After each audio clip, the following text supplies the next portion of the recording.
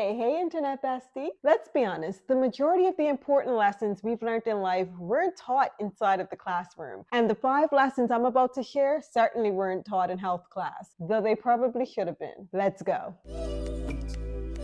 My name is Ganette Jones, founder and CEO of Best Period, where I teach on YouTube each and every week all about periods, period care, your body, and I have a video that goes into the business side of things each and every week as well. So if that's your thing, consider sticking around a while and hit that subscribe.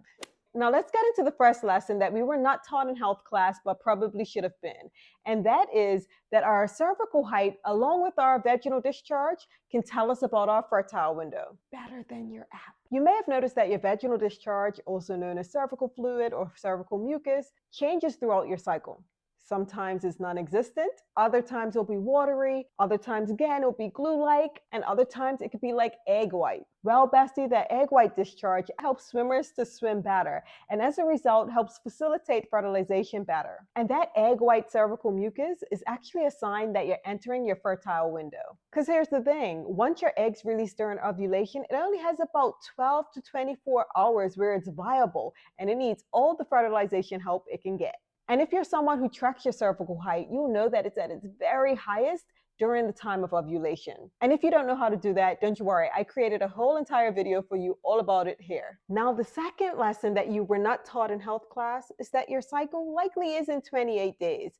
In fact, many people fall under and over that. 28 just happens to be the average, and that's what they taught us in health class. But any cycle between 23 days and 35 days is actually considered normal. And put simply, your cycle is counted from the day your period begins right through to the day before your next period starts. And for some people, the length can vary from month to month by a couple of days. And this can be especially true if you're doing a lot more exercise than normal, you've changed up your diet, you're traveling, or you're taking on more stress than normal. What's the length of your cycle? Are you a 28-day person, or do you fall outside of what you were taught in health class? Let me know in the comments.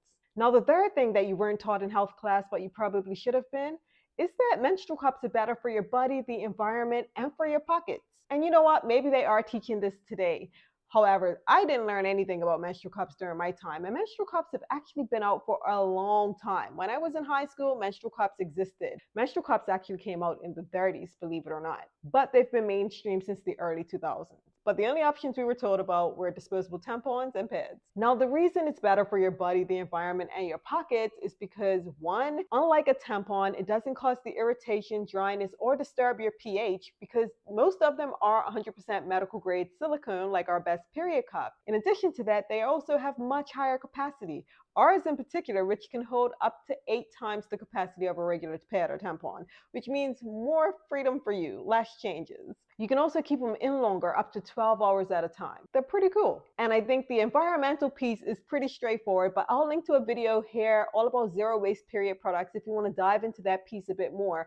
But in short, it is a reusable product, which means you aren't contributing to the billions of one-time use menstrual products that end up in landfills each and every year in the US alone. And when it comes to your pockets, it saves you money because it is reusable. While it's a bit more of an investment up front, most menstrual cups that are great quality are going to cost you between $25 to $50. They can last years. So after a couple months, you actually begin saving money because you're no longer spending money on disposable pads and tampons. Were you ever taught about menstrual cups in health class?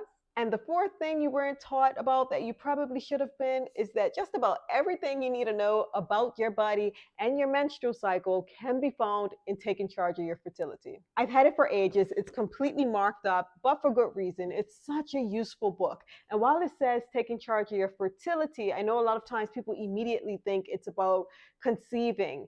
And while you can read it and it can be helpful if you are looking to conceive, it also helps you learn how to prevent conception if that's something you're interested in. I think it's just really important to know your body, know what's happening to your body, and not be blind to what's going on each and every month. And I'll link to it on Amazon below, but just so you know, it's by Tony Bachelor, and this is what it looks like. Okay, let's move on to the fifth and final thing that you were not taught in health class, but probably should have been. And that final thing is that you only have a 10 to 30% chance of conception during your most fertile years. And that is only if you have intercourse during the perfect time during your fertile window. As I mentioned earlier, the egg is only viable for 12 to 24 hours, and sperm can only last up to 5 days. And I feel like what we were taught in school was that at any given point, if you have intercourse, there's a chance of you having a baby. And while that is true, because they don't teach you about your cycle, so you don't know what part of the cycle you're in properly, the likelihood of it actually happening is slim. I know it happens to some, and it happens to many people on their first try. However, it's not as high as we were taught to think. Do you wish you learned any of these things in health class when you were younger? I know I surely wish I did.